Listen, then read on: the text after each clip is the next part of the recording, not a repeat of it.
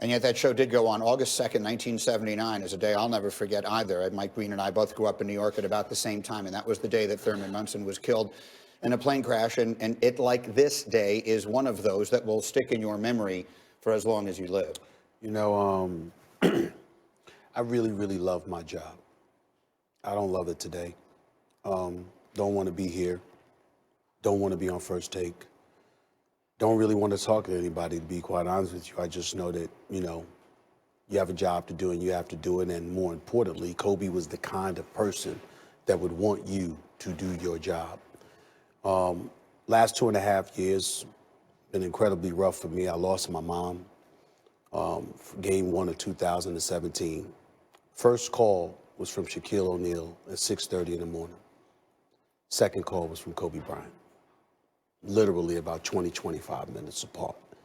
And you know, to know this guy and to think that he's just the Black Mamba, he's just this killer on the basketball court, or this savant, this brilliant individual off of it. I mean, I don't think people, and I think they're getting it, but it's like his commitment to making a difference, to being an inspirational figure, to so many people for generations to come.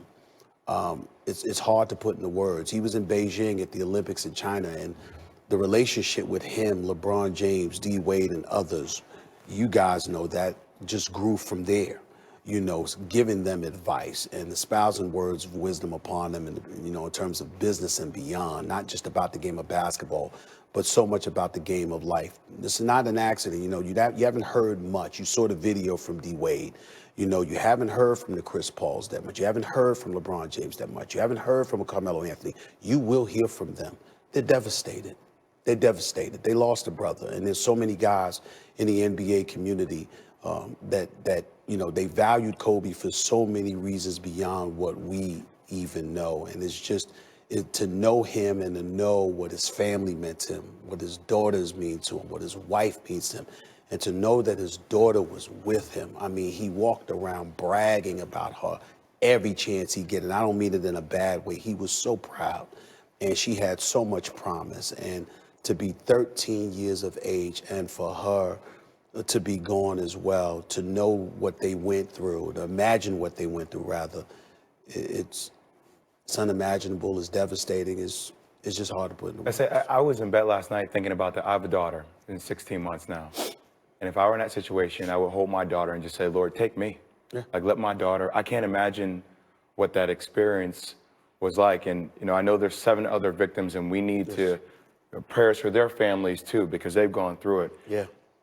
There was something about, every time I saw Kobe, every time I spoke with him, and I don't know other people's relationships, but I always needed somebody to help guide me here and there. Because I've gone through, this is my mom now too, and some other things in my life. And he was that person that always helped you internally refocus, recalibrate your compass, just nudged you and kept you pushing and thinking about, it was about the game of life, Stephen A. You could not have said it even better.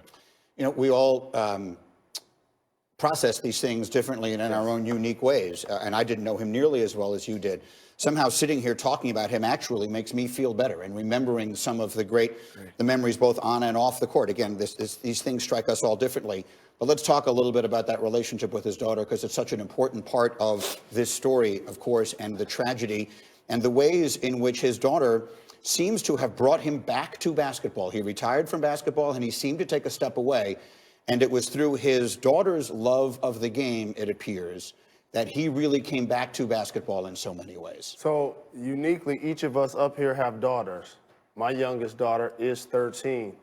And being public figures, there's so many times, and respectfully so, that our audience wants to come up to us, say hi, shake hands, take a picture.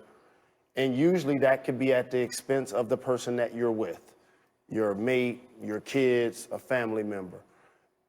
The beautiful thing about his daughter, people will come up to Kobe and tell him that he should have a son so that that guy could be the heir apparent, basically pushing by her.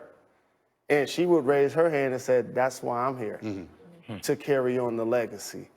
And to know that they were on the helicopter together gives me an eerie feeling that I've once had before on a private plane, because when you have your daughter on one side, for me, this was a real example, and my mom and close family members on the other side, and they give you the instructions. I really paid attention to them that day. Say, in case of emergency, put on your mask first. And to what you were just saying, that's the horrifying part about all of this, is that at some point they saw what was taking place with the helicopter. And I bet those last moments were devastating. And I really, and I said that I really feel for his wife Vanessa and their 3 daughters, because, you know, growing up without a dad and now growing up without a sister, there's going to be a level of grieving that's just unprecedented. We are going to take a short break here on that thought as we all continue to go through our memories of one of the greatest figures in the history of American or global sports, and that will continue as we continue here on ESPN. We're glad you've chosen to start this morning with us, and we'll continue to remember the one and only Kobe Bryant in just a moment.